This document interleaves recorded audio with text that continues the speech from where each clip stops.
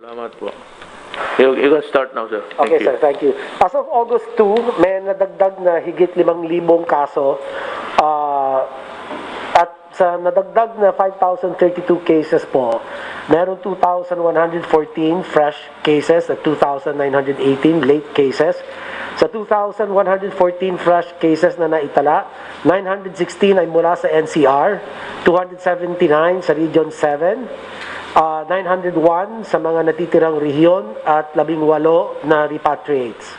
Sa 2,918 late cases naman, meron po tayong 1,821 ay mula sa NCR, 186 sa Region 7, 892 sa mga natitirang rehiyon at 19 na repatriates. May naitalang 20 binawian ng buhay at nakapagtala naman tayo ng 300 at isang recoveries, 301 recoveries. Ang total recoveries ay pumalo na po tayo sa 65,557. Ang active cases naman ay 35,569. Sa mga ito po ay 2,911 or 8.18% ay mga asymptomatic. 32,071 or 90.17% mga mild cases po, Mr. President. 349 or 0.98 ay severe at 240 or 0.67% ay critical. Next slide please. Ito pong graph na ito nagpapakita na prioridad po ng inyo pong administrasyon ang proteksyon ng ating mga health workers. Pababa po ang trend ng confirmed COVID-19 cases sa ating mga health workers mula sa 20% noong April, ngayon po ay nasa 5.3% total cases. Patuloy po natin paiigtingin ang infection prevention and control sa ating mga pasilidad upang masigurong patuloy pa itong bababa. Makakaasa po ang ating mga health workers na ating pong binabantayan ang kanilang health and safety sa pamamagitan po ng pagbibigay na sapat na mga personal protective equipment na dekalidad at tunay po na mga very high quality and effective. Ngayon po, ang slide po natin na susunod, next slide, nais ko rin pong magbigay ng updates sa kung paano natin patuloy na tinutugunan ang issues ng ating mga healthcare worker. Sigurado po ako, Mr. President, na lahat po tayo sa kwartong ito ay sasang-ayon na sila po ang pinaka-importanteng mga tao sa laban natin kontra COVID-19. Kahapon po, Mr. President, matapos ang press con ng healthcare workers kung saan sila ay humingi ng time out na imposition at imposition ng ECQ or Enhanced Community Quarantine, ay agad na nakipagdialogo ako kasama ng ibang IATF principals sa mga medical societies. Dito mismo natin napakinggan ang issues nila. Dito rin naklaro na handa naman silang humanap ng middle ground, ibalanse ang kabuhayan at kalusugan. Bigyan ko lang po kayo ng summary ng kanilang mga hinaing. Number 1, una, kakulangan daw sa ating mga health workforce dahil na rin sa pagka-quarantine, isolate. Yung iba naman po ay nagkakasakit at meron din pong mga nag-resign. Number 2, over-reliance po na tinatawag nila sa mga antibody test na nakakamiss ng 50% of the cases. Kaya nahihirapan maghanap ng mga bagong kaso. Iniraise rin nila ang concern sa hirap mag-refer sa mga isolation centers. Number 3, meron din daw pong kakulangan sa ating contact tracing at mga quarantine facilities, lalo na sa pag-cascade ng mga guidelines sa local level. Pangapat po, ang transportation issues ay nangangailangan ng immediate response at kailangan maglaan ng safe transportation options. Particular na dito ang agarang pagpapatupad ng bike lanes. Panglima po, para ma-ensure na ligtas ang workplaces, kailangan ng DOH, DTI, and DOLE na mag-issue ng clear advisories sa mga kumpanya para masunod ang ating mga minimum health standards. Kanila pong in-emphasize na ang publiko ang unang linya ng depensa laban sa COVID-19, kaya naman kailangan i-remind ang lahat na gumamit ng mask at mag-practice ng physical distancing. Panghuli po, mariin din po nilang tinututulan ang pagbukas ng mga non-essential industries gaya ng gyms, review centers, pet grooming, service at iba pa. Next slide please. Matapos natin po makipag-usap, nagpulong naman po ang kabinete, batay po sa inyong kautusan, si Ginoong ES po ay pinulong ang mga ilang miyembro ng kabinete at lumikha po kami ng 7-point response or recommendation to address the issues of the healthcare workers. Number 1, una po ang pag-hire ng additional healthcare workers at bumuo ng healthcare worker reserve. Pati na rin ang pag-enter into memorandum of agreements with private hospitals hanggang December 2020 para makapag-deploy tayo ng healthcare workers sa mga private facilities na kung saan po sila po ang mas mabilis na mapuno ang kanila pong mga COVID beds. Pangalawa po, napag-usapan din po natin ang pagbibigay ng additional benefits para sa atin mga healthcare workers. Una, meron po kami rekomendasyon na magbigay po ng 10,000 risk allowance for private sector healthcare workers at libreng life insurance na sana po ay maisabatas sa Bayanihan Act 2. Kasama na rin po ang pagbibigay ng libreng accommodation at transportation na siya naman po itong inumpisahan ng gawin ng Department of Health para po sa mga panggagawang pangkalusugan. At ang pagsagawa ng libre at frequent na pag-testing sa atin pong mga healthcare workers, kasama na rin po ito sa atin expanded testing strategy. Pangatlo po, ang paggamit ng work and quarantine passes para po ma-minimize ang paglalabas ng mga tao. Pang-apat po, ang pagpapaigting sa atin mga localized lockdown strategy at ng implementasyon ng O-Plan Kalinga sa tulong ng LGUs at COVID-19 code teams. Yung pong code teams, ito po yung coordinated operations to defeat the epidemic, which is COVID-19. Panglima po, intensify ang strict enforcement ng ating guidelines on minimum health standards at ang pagbibigay ng 20 milyon cloth mask for the poor, alinsunod po sa inyong kautusan, Mr. President. At ang pang-anim po ay ang paggamit ng RT-PCR bilang gold standard sa ating pong pag-detect o pagtukoy ng mga kaso ng COVID-19. At ang pinakahuli po ay inirekomenda po mariin ng inyo pong gabinete na manumbalik po tayo sa Modified Enhanced Community Quarantine or MECQ for 15 days mula po bukas, August 3 hanggang August 18. So ito po ang ating po mga rekomendasyon, Mr. President, for your consideration. At muli, nagpapasalamat po ako sa aking mga kasama sa kabinete at IATF sa pagbuo po ng mga rekomendasyon na ito na akin pong binasa. Secretary Duque, I failed to grasp the last item that you have. We were talking about MECQ, sir? Escalate mo sa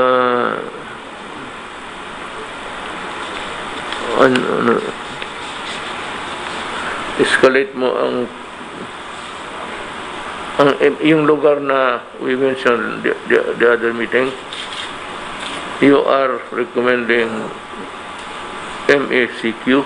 MECQ po in NCR po and the provinces of Laguna and Bulacan. And Rizal. Region 4. Region 4A. Okay. Not all, but yeah, okay. Region 3, Bulacan. Okay.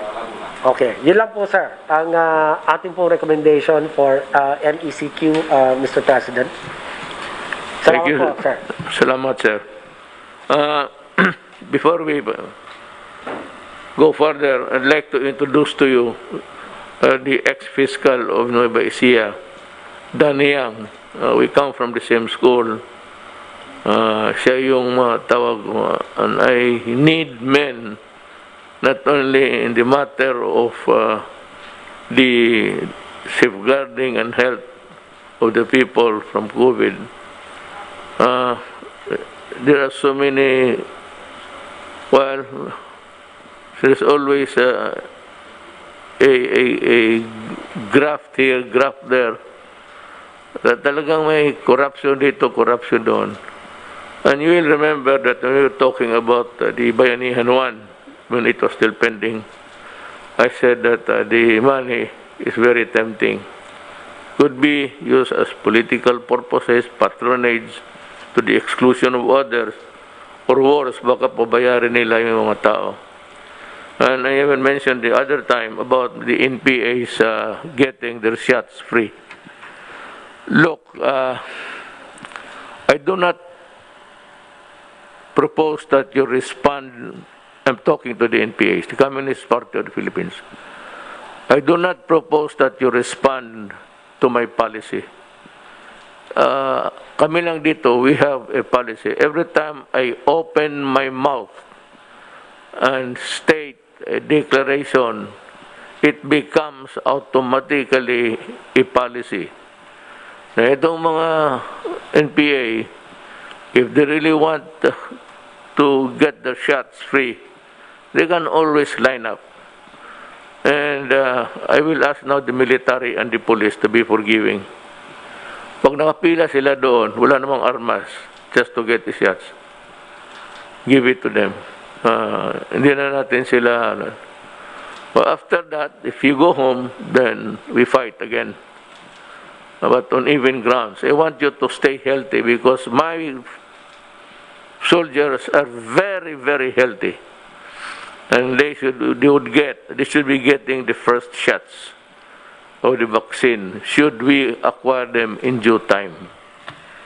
You know, ito namang si Fiscal Yang, I want not all, pero itong you just coordinate, Danny is the name, Secretary Anyo, about the corruption charges that we filed.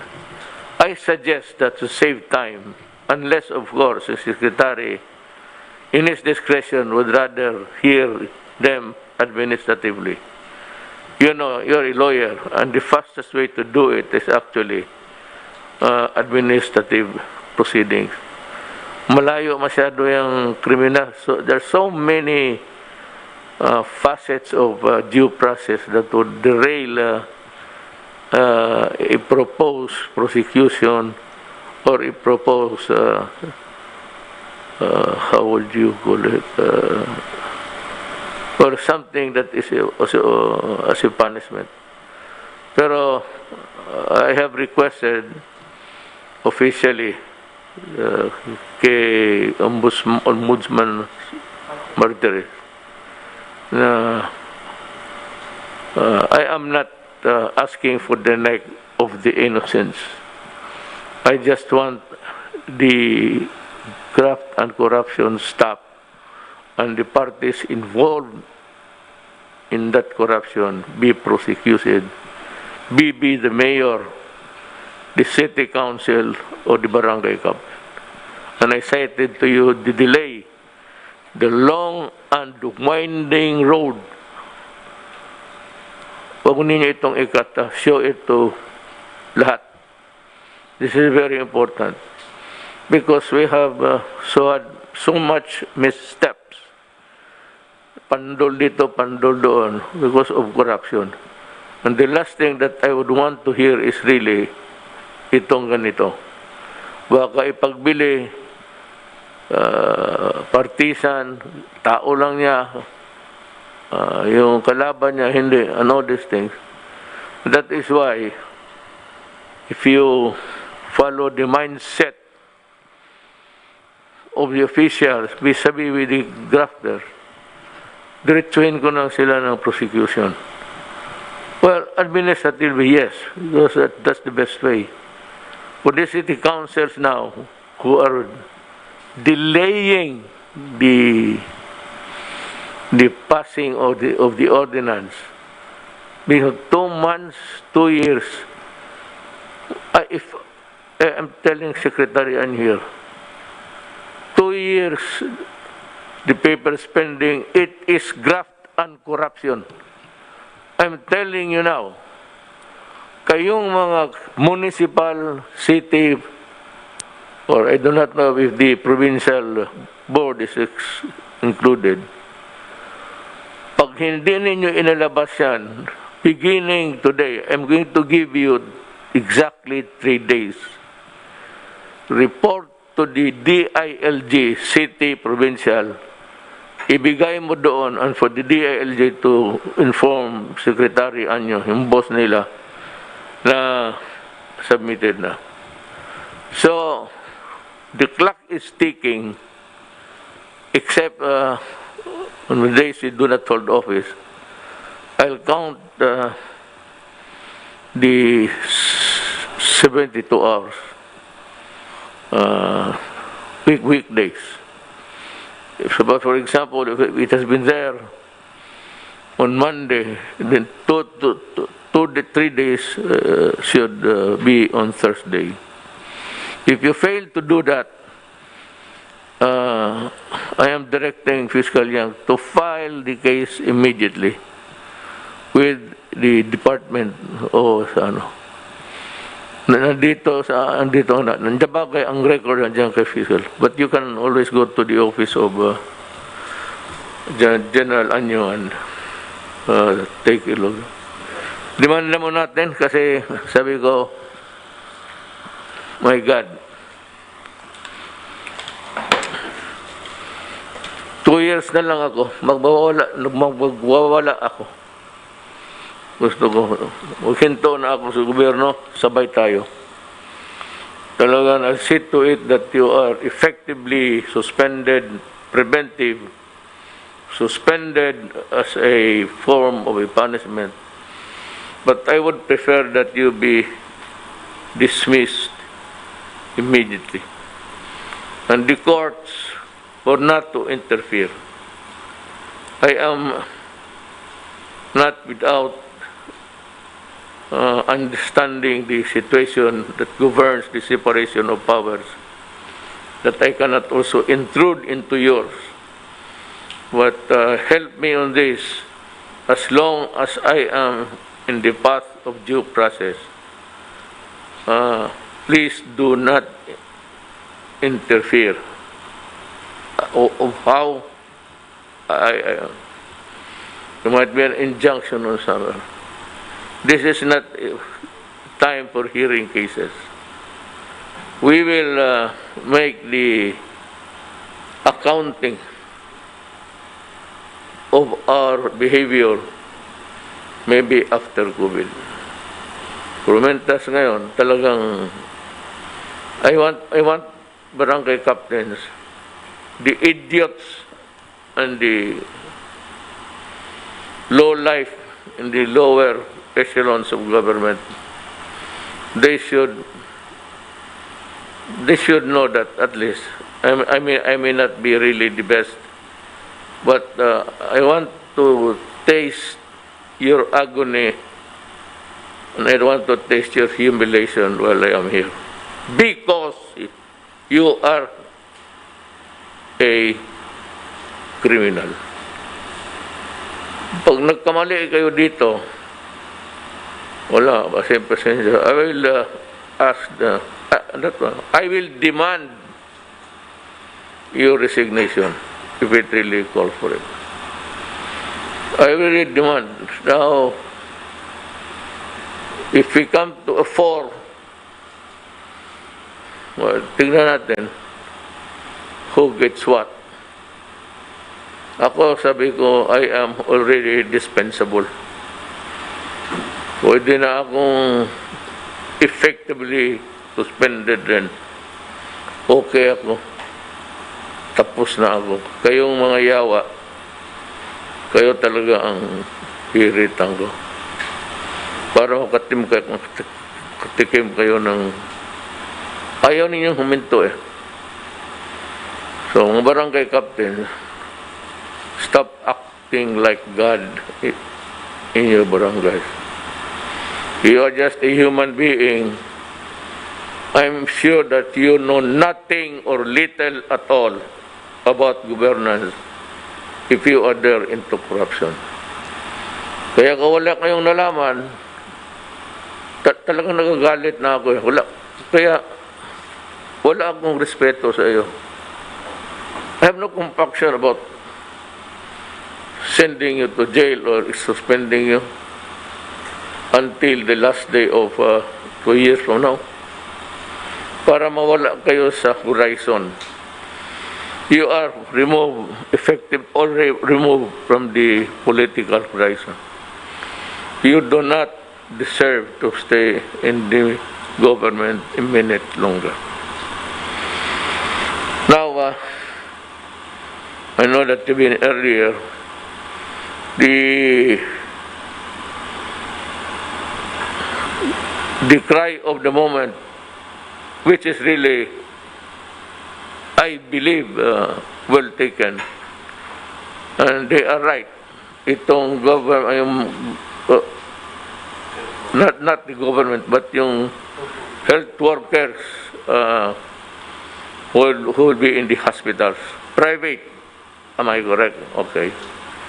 Alam ko ho, kayong adhere or no one is going to meet me tonight. Wala.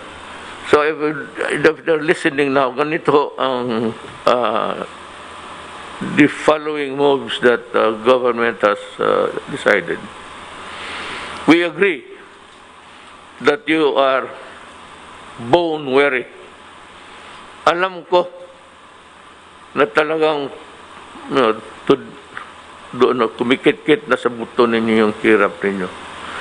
Both of the pressure, the stressful work, and also the uncertainty and the fear of getting COVID and not having anything in return.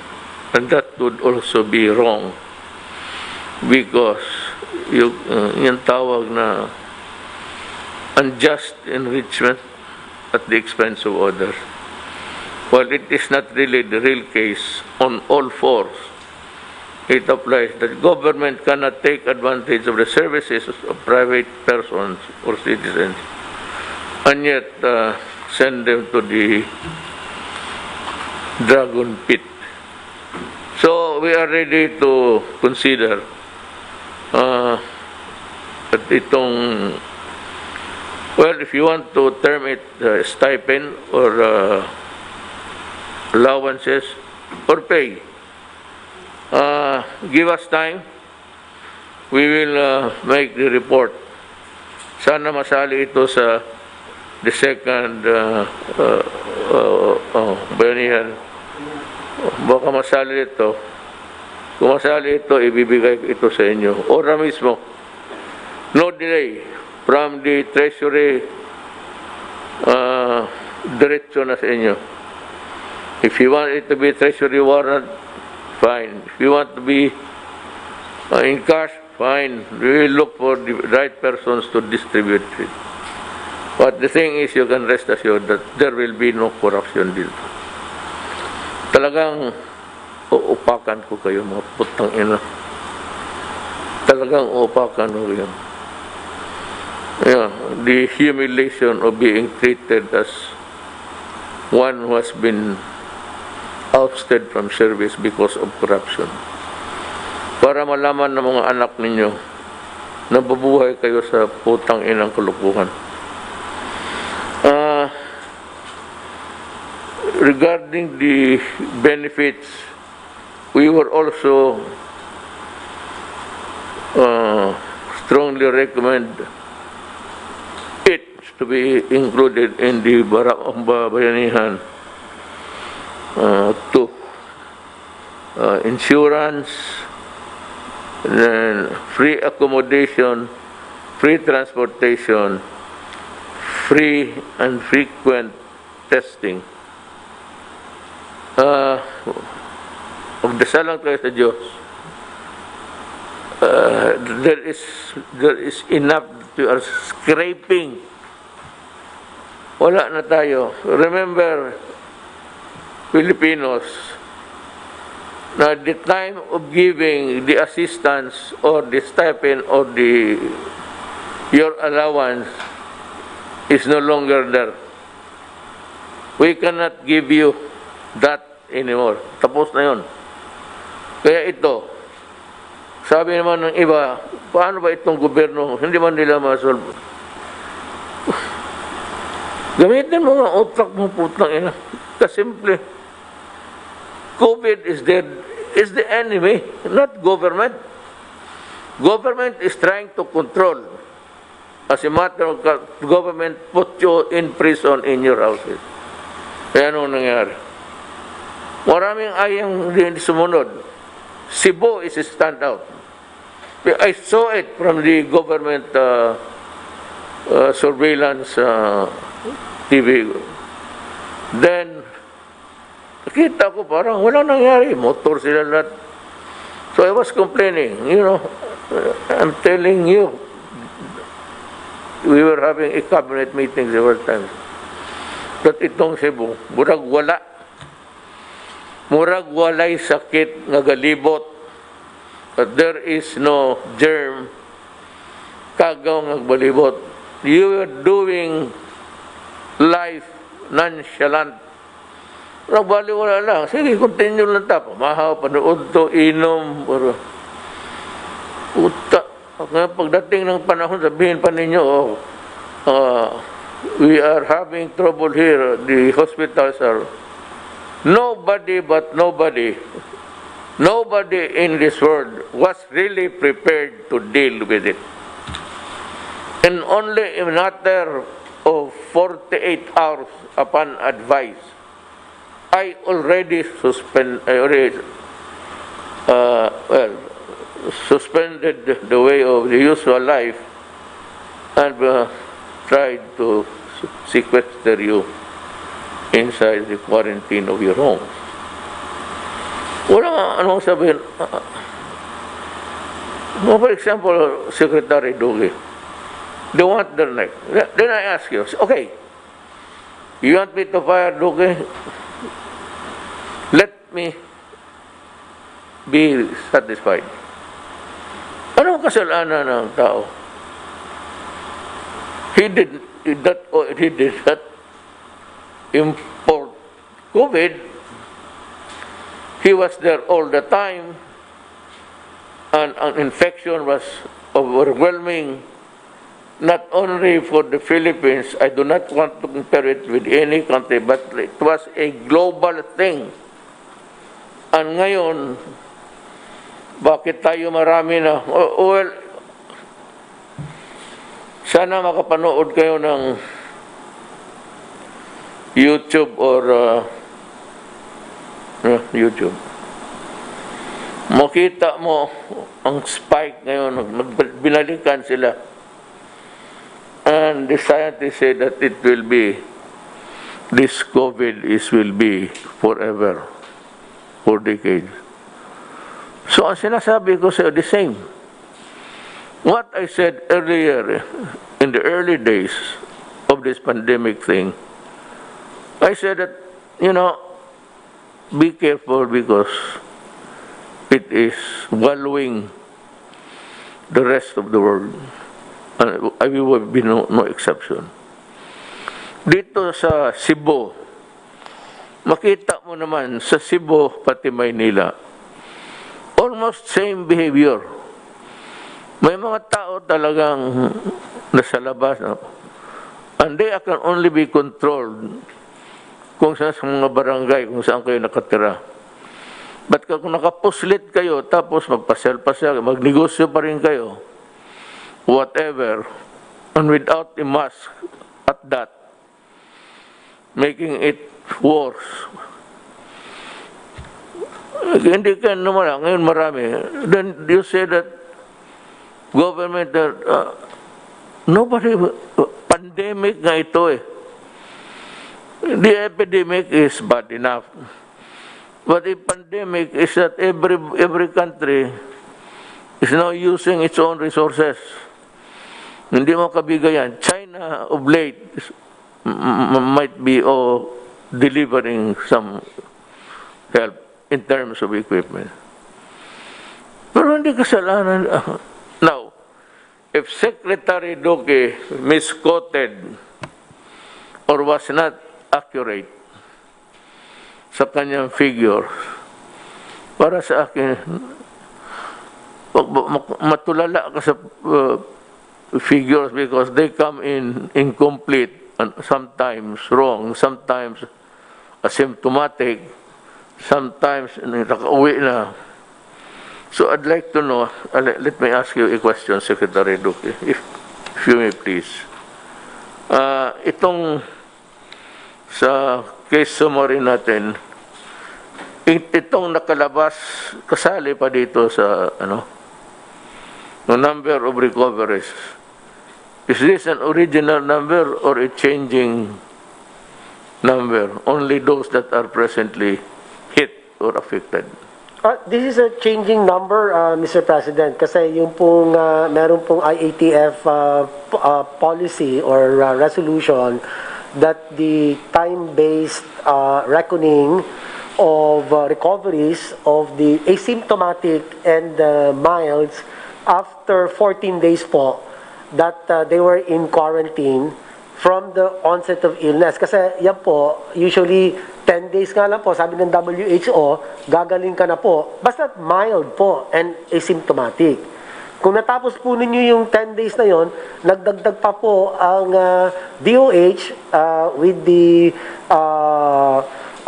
approval of the IATF ng 4 days para 14 days. So after that, ibig sabihin po noon, magaling na kayo. Yes. I'm asking about the figures. Does this include people who are already cured? Yes, sir. The recovery, sir. So this is a constant number. Yes, sir.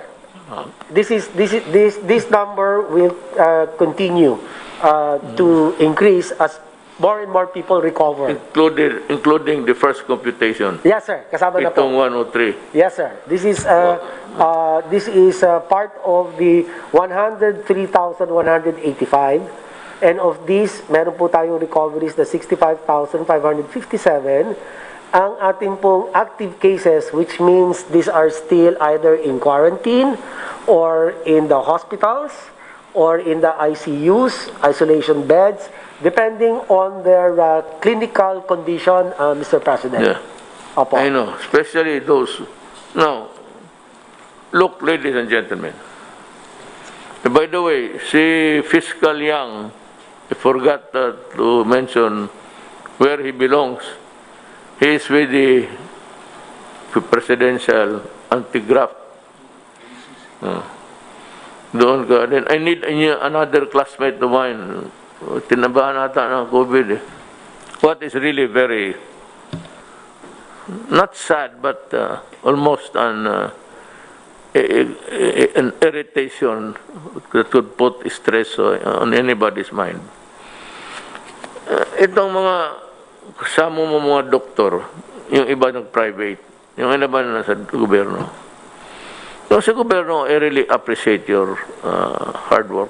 I said, I know that everybody is born weary.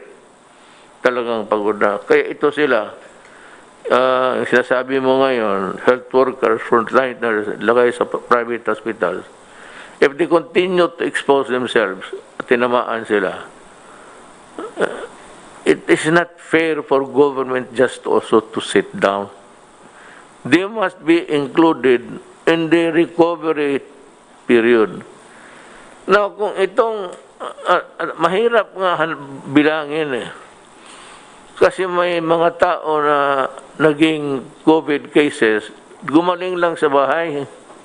Karamihan sa bahay, walang punta ng ospital. Nung mga grabe. Ngayon, itong sabihin mo na 100 plus, ay, tingnan, gamutin natin. Meron naman tayong alternative measures. Meron tayong nandoon sa Rizal Memorial. Nag-offer pa nga ang Iglesia ni Cristo. Salamat po sa inyo,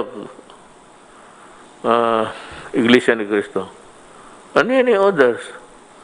The only thing, if they do not want to work, we cannot for them.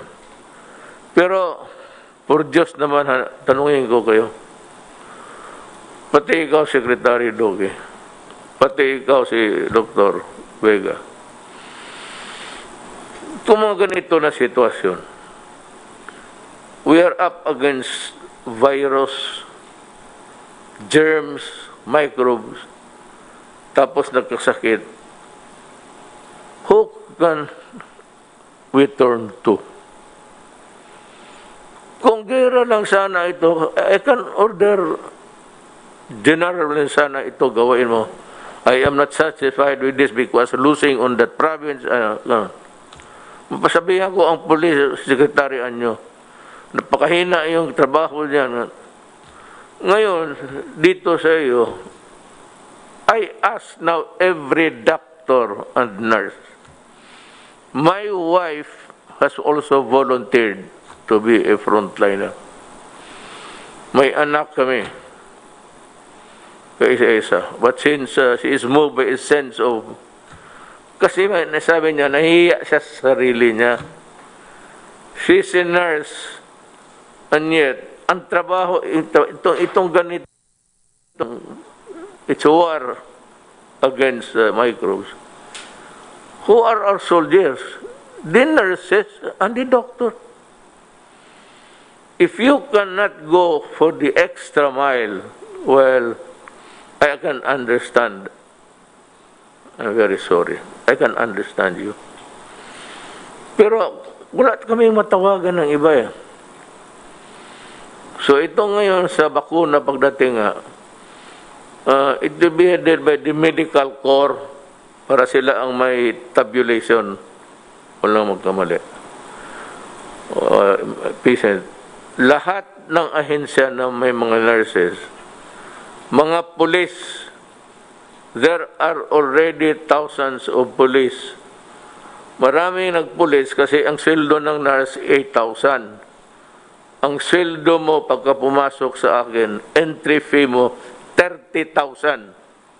Ginawa kong 30, kaya lahat ng mga nurses, babae at lalaki pumasok dyan. No, I leave the problem to General Anyo. For the uniformed nurses sa police and for General Lunzana, they should be assembled and help. Yung sinabi ko sa police station, punta ka lang doon. So, maraming nurses i-distribute natin. We can finish if we have the vaccines and if it is delivered expeditiously. I think that in about 1 week's time, tapos na. That if we get the vaccine.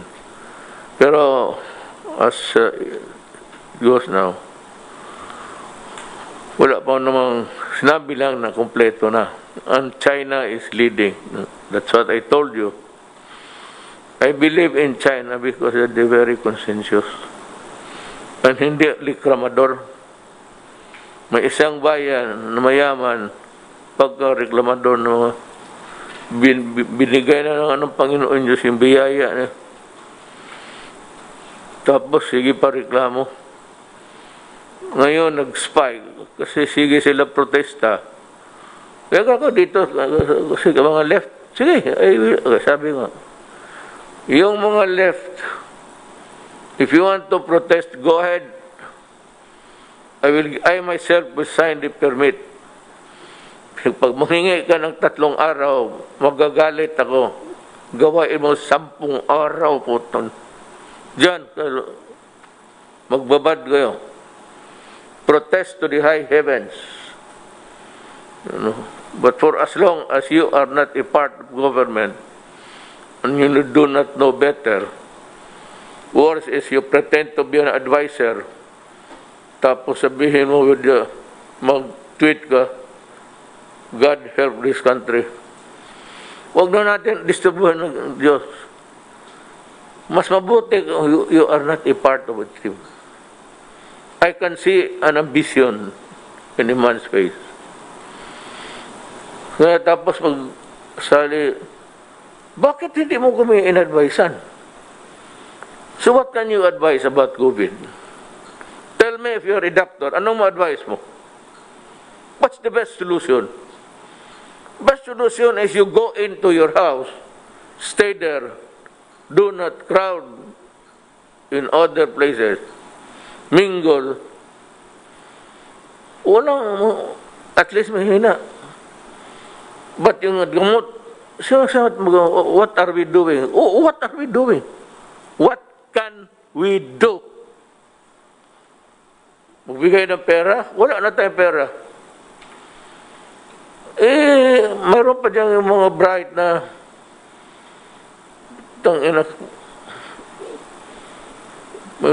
Neanderthal instinct. Bright nga. Modern, pero Neanderthal thinking. Na sige, sabihin ng gobyerno, sige banat sa gobyerno. Butang ina, ganito yan eh. Kayo mga animal kayo, kung bright talaga kayo sana, kayo na nakaupo dito at nagawa na ninyo ang gusto ko. But for as long as you're not part in government, you can criticize. But do not be a double standard idiot, pretending to advise, then you criticize. You tell us, because the karamihan dito, General Galvez, General Anyo, General Lorenzana, Bongo. Hindi naman tayo, isang doktor ka lang eh. So we would need also the input of other doctors who might have had trainings outside regarding this matter. Tropical diseases, infectious diseases. Nakatulong sana. Ngayon kung wala kayong maibigay, and it's not our fault if we are lagging behind. Una-una, wala tayong we do not have the equipment, we do not have anything. The Philippines is still a new country until now. Would you believe it? Kakaanak lang nitong Pilipinas. Kaya minsan ang lumalabas yung mga bright kuno, pero nakabubo naman. Akala ng mga gago-gaga, mas marunong sila kaysa atin. So well, run for president. I will help you. You identify yourself. Or I will keep track of your... Tapos sabihin ko sa inyo kung anong ginagawa ninyo. Puro kayo daldal. Tapos sabihin ng gobyerno, keep on harping on Secretary Duque. What will I do with him? There's lack of hospital beds. Talagang nagkulang. Nobody anticipated this. This is a pandemic. It's bigla. Medicines, ganon din. Naghintay tayo ng matagal. Yung mga ventilators, ganon rin. Nobody expected that thousands will get sick on a single day. That is, as a matter of fact, almost a preparation for a war. Kung talagang gusto mong preparado tayo. Baski magtayo ako ng 10 hospitals bukas, kunin ko yung mga hotel, expropriate ko. 100,000 kung totoo talaga sakit. But I will do that. Pag wala, there's no time for to set up buildings. Pag wala na, I will expropriate hotels. Para kung wala na talagang space. Now, the doctors, well, you can work with us, work with the people, your people, or you can just... Pero if you are not also working, katatapos mo lang mong magdaldal ka, naku. Nagpapabilib ka na. Huwag ninyo kaming pabilibin. General Galvez was there in Marawi. Secretary Anyo was the chief of staff. Delphine Lorenzana has been with us. Has been working, is resident ka ng Amerika din, no? No, kasi kilala ko sa military, pinatawag ko. Ngayon, itong bakuna, bigay ko sa police pati military. Hoy, kayong mga police, pakinigay sa akin, ha? Linisan ninyo yung presinto ninyo and make it ready for in the day I pray that it would come.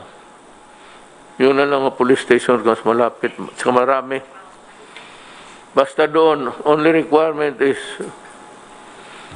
Pilipino ka, wala na. Kung gusto nilang pa-injection ng 5, magpaikot, siyaan mo. Sige.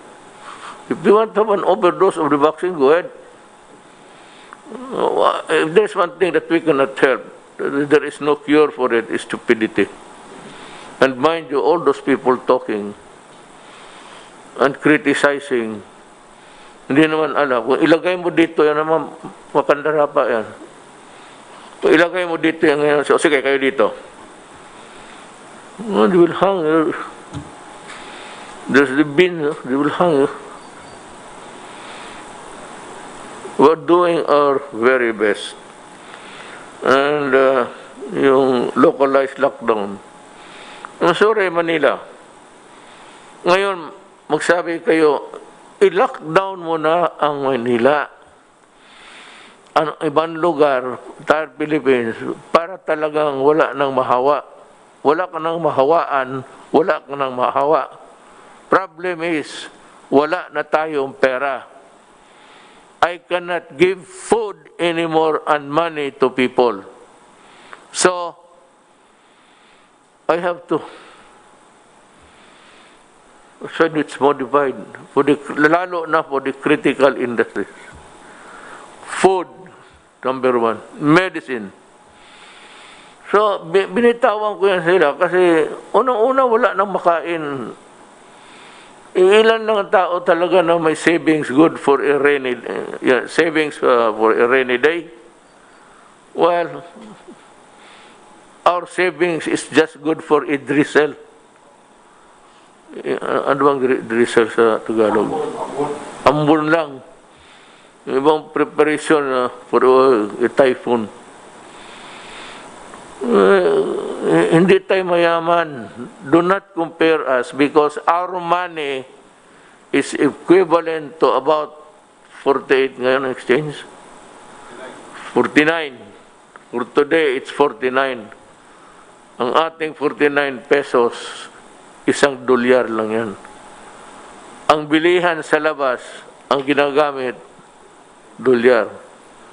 I do not know what is taking China to implement or putting it in reality, in practice, na ang gagamitin ng sa exchange sa international would be the ano tawag na? Yuan or renminbi, Mr. President? Duman. Wala tayo. At least sa China, hindi magkwenta-kwenta kung ilan ang pera mo. And I'm assured that we would be prioritized. Now also, mga barangay captains, it's time that you really work. Isauli mo sa tao yung honor na binibigay nila sa inyo. Binigay ninyo. Ay binigay sa inyo ng tao. You work. Strictly enforce ang quarantine, lalo na yung lockdown. Kasi ang Maynila, dahil ang mga tao, maraming tao na lumalabas. Jadi maraming mahawa. So sabi mo, what is Duterte doing about, government doing about? Hoy, Mario Josep, magbili ka dyan ng vaccine. O akong bibili sa'yo, turo mo lang kung saan. Well, it's vaccine. Baski saan ka, it's vaccine. Now, yung contact talaga. That is why para hindi naman kahawa o mahawa man sa bahay ka na lang, it behoves upon the barangay captain, municipal mayor to see to it that kung maaari lang, kung posible lang, that your barangay or municipio city is co-free. Well, some mayors are overly strict. Wala na tayong magawa doon kasi under the local government code, they authorize also to move. Well, we are appealing to Congress to isalin lang sana itong yung sa mga health workers, sa Bayanihan to isalin lang ang free accommodation, free transportation, and free and frequent testing. Mr. President, Yes. may I respectfully reiterate my very strong recommendation with the support of the Cabinet for NCR, Laguna, Rizal, Cavite, and Bulacan to be put under the MECQ or Modified Enhanced Community Quarantine, Mr. President, just for 15 days, Mr. President. Modified Enhanced Community Quarantine, Mr. President. Yes, sir, with your approval, Mr. President. Is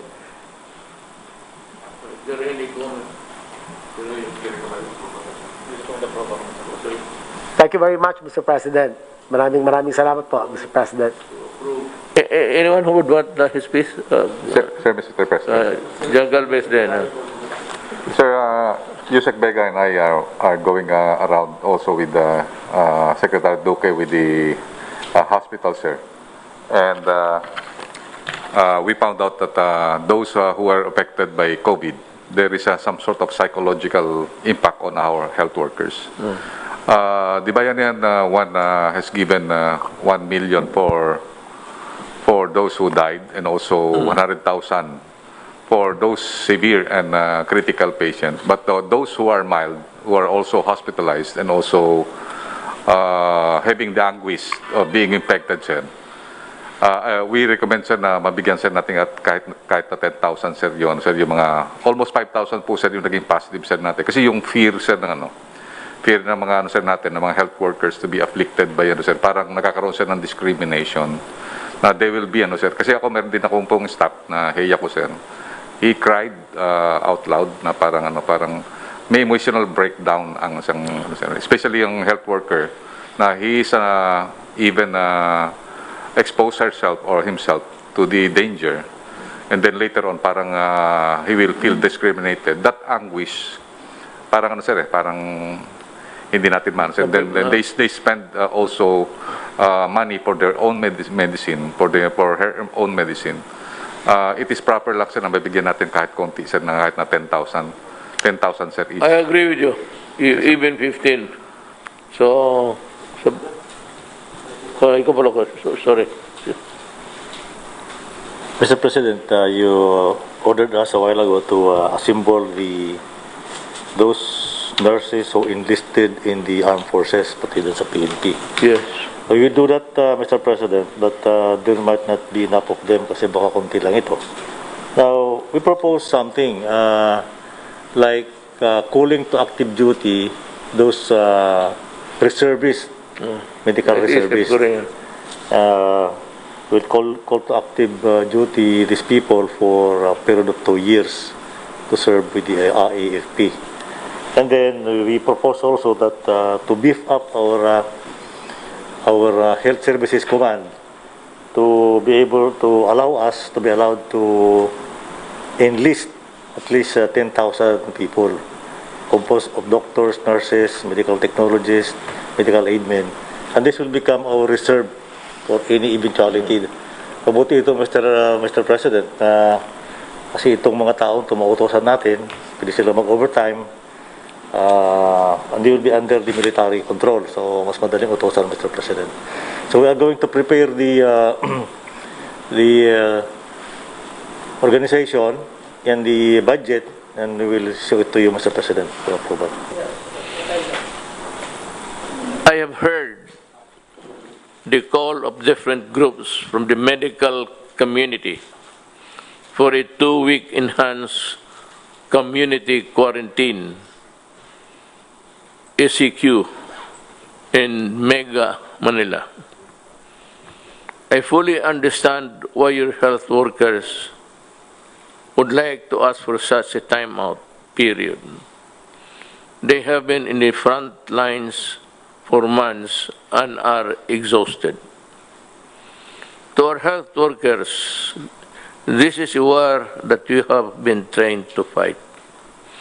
This is a profession that you, all of you, and who are educated and trained to face such challenges, you're frontliners in the battle because you are learned in this field. Kung bayaan natin tutulungan, kung walang tutulong rather, sa bansa at ang mga kababayan natin, sino ang maasahan ko? Sino ang maasahan natin na gumawa ng trabahong ito? Huwag kayong mawalaan ng pag-asa. Nakikita at kausap ko ang iba sa inyo. Habaan ninyo lang. You stretch your patience and your not endurance, because you can only also take so much. Your fervor.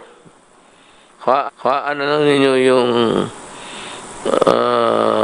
pasensya ninyo and your fervor na ikaw isang medical tao.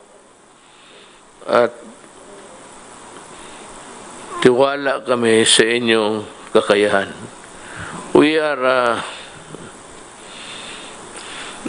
aware that you are tired, that you have worked almost even beyond 24 hours a day. Pero ito kasi yung wala kami matakbuhan. Kayo yung nag-aral. Kayo yung may alam.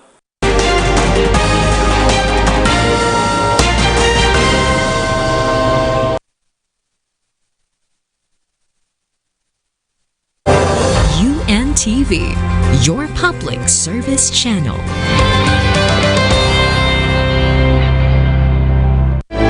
Kasi kawawa ang mga kababayan. Sino man asahan namin? I don't know. I'm sure that that's not into your heart. But from your maybe despair, I would like to tell you that ang ating gobyerno ay hindi mag-iwan ng mga trabahante niya. So to my fellow countrymen, we are doing everything possible to alleviate the situation, to assist our healthcare workers and enhance upgrade our healthcare system. Alam mo kasi, you know, first time nangyari ito eh.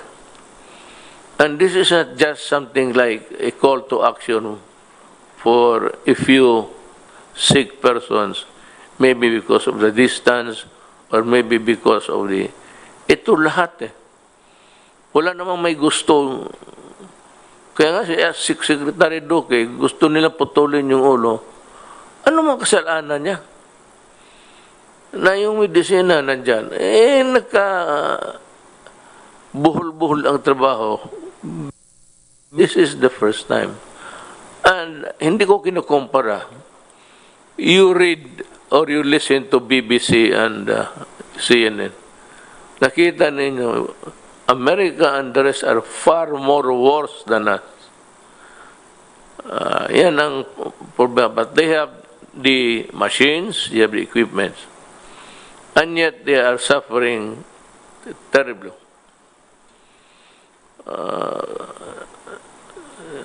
Almost, hindi ka makapaniwala.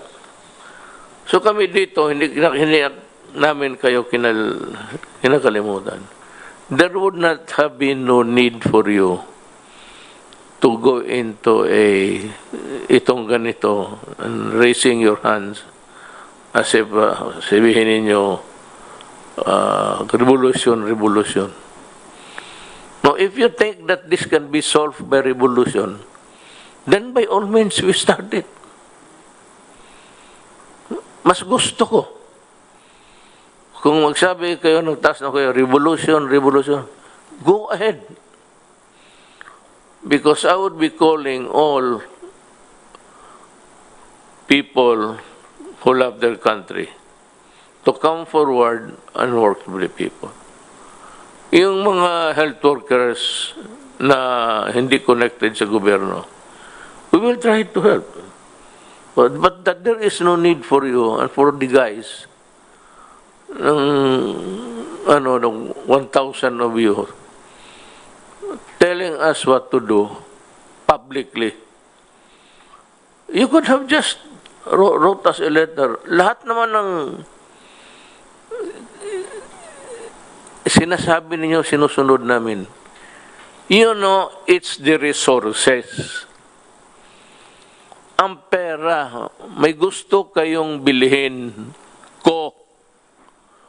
Ang problema, ang bulsa ko, butas na yung isa. Dahil we have suffered economically, pati individually, yung income ninyo, wala na. Hindi lang man kayo. But to go almost on not really a rampage, but an outrage, parang galit at mag-revolution. So huwag naman ganun, kasi alam ninyo, nagtatrabaho kaming lahat. Kung yan lang ang makaya ng pera natin, hindi hanggang dyan lang tayo. Hindi naman kami nabuti, nakaupo lang dyan, nandyan yung pera, hindi naman pinapagalaw. Everybody's trying. Kaya nga, yung mga ibang modalities na lang how the vaccine, if ever mabigay, mag-abot sa atin. Well, next time, you can just ask for an audience. Pero huwag ho kayong magsigaw-sigaw revolution.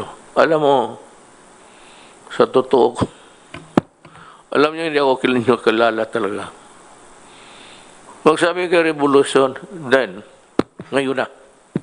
Go ahead. Try it. Sirain natin itong patayin natin lahat ng COVID. Is that what you want? We can always end our existence in this manner. Hindi naman kayo na natatakot siguro. Alam namin yun na hindi kami matakot. But to send a message na without giving government a chance. Ngayon, anong gusto ninyo? I will implement other things in this government without informing you. Would you be happy with that? Or if you are really on a rampage, you want a revolution, fine, let's start it, go ahead. Go ahead in the streets and the store, makita natin. Then we will need almost all building, all hospitals there. Hindi lang COVID. Hindi ko, I'm not threatening. Pero gusto ko lang subukan ninyo. I dare you, do it. At makita tayo kung those who want to work with government, lahat ng mga nurses na police, pumasok kayo sa police kasi malaki ang sweldo. If you remain a nurse outside, you only get about 8, 9, 10. So, it's time to give more to the people. All all nurses sa uniform sector will have to work. And we can always ask for volunteers. Then I am asking Secretary Lorenzana to mobilize, call a mobilization of doctors and nurses and those who can help. Kung yan na lang ang maasahan namin, or I might outrightly call for all reservists to work. Yan na lang. Ang COVID nandyan, wala nang kasalanan. Ni ikaw, wala kang solusyon eh. What are you bubbling about? What's the solution? Except COVID. We've been frank before with you, and still frank until now. And that is also the answer of all leaders of government. Anak ka nang, do not so as to be heard.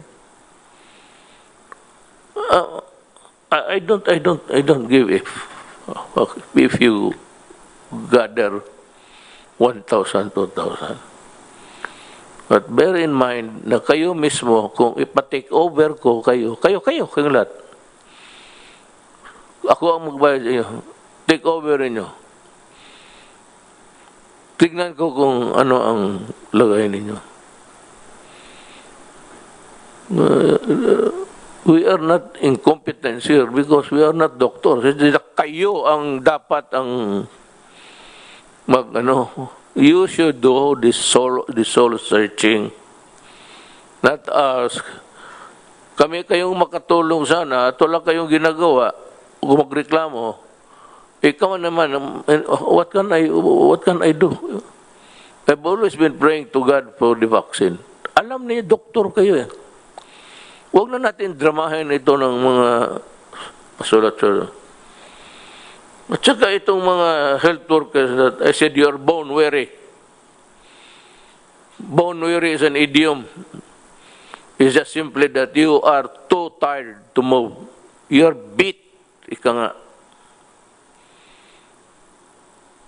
Bakit kayo hindi pumunta dito na pera? Hanap tayo ng pera. Secretary Dominguez, mabutit na lang, sabi ko, ang vaccine dumating. Kaya yung prediction, my dire predictions is that it would usually take, tanungin niyo, kayong mga doktor, 5 years to perfect a vaccine. From the alam ninyo yan. So, do not try to demean government. You are not actually criticizing. You demean by government, your own government, by just going ahead. At saka takutin ng revolusyon. Bayan man natin ito. Gusto ninyo, sirain natin. Start it now. Nari a moment to waste.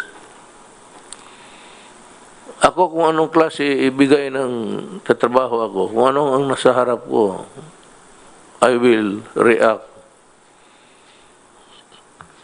appropriately. Kayong mga nurses, ulitin ko, outside, o aid workers, maghanap ako ng pera sa Congress.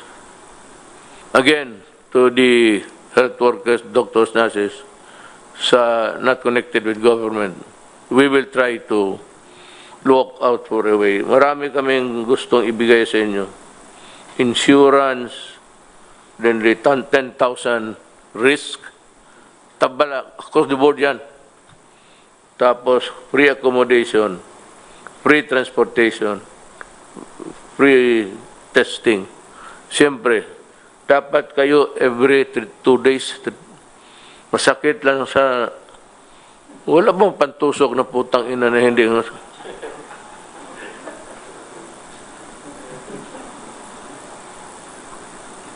Okay lang yan sa tilaok. kinakain ko minsan buto yan, tendon, ng baka. Pero putang, okay na po yung sa ilong na ko, Diyos ko. Kulkugin mo ang putang. Tapos, kayong nasa gobyerno, reservists, we might call for a mobilization. Lahat, you know, my daughter, Inday Sara, pag ako nag-mobilize, mauna yan. I will specifically point out to her as one of those who will answer the, you cannot even, you have no, you have not that luxury of accepting or not accepting. You remember that you are a reservist, you are subject to martial law. Martial law ka to. Hindi martial law ng gobyerno, martial law ng disiplina. Tsaka yung mga police, mga nurses, be ready to be deployed. Mga police, advise your workers na yung mga police mga na babae, ibaba ninyo lahat. We will train them for about just 1 or 2 days. We will select a big auditorium, yung PICC. You come here in the morning, free merienda, masarap na pansit, pati tapos merienda, mag-uwi kayo. And we will tell you what to do. Ganon lang yan. Kung mag-resack yung mga magtamad-tamad, then we will tell we will help you with government personnel. And they will work how many hours a day has? 24? Oh, I can ask my soldiers to work 28 hours a day. Yung mga sundalo, yung mga pulis. So, we are not actually inutil. Tsaka, next time, as a matter of courtesy, not to me, I don't need it, but to the government, kasi gagastusin natin yung pera ng tao. The next time, huwag niya akong parigin ng revolution. Naku, Diyos ko. Yan ang mas delikado sa COVID. Kaya kung magrevolusyon kayo, you will give me the free ticket to stage a counter-revolution. How I wish you would do it.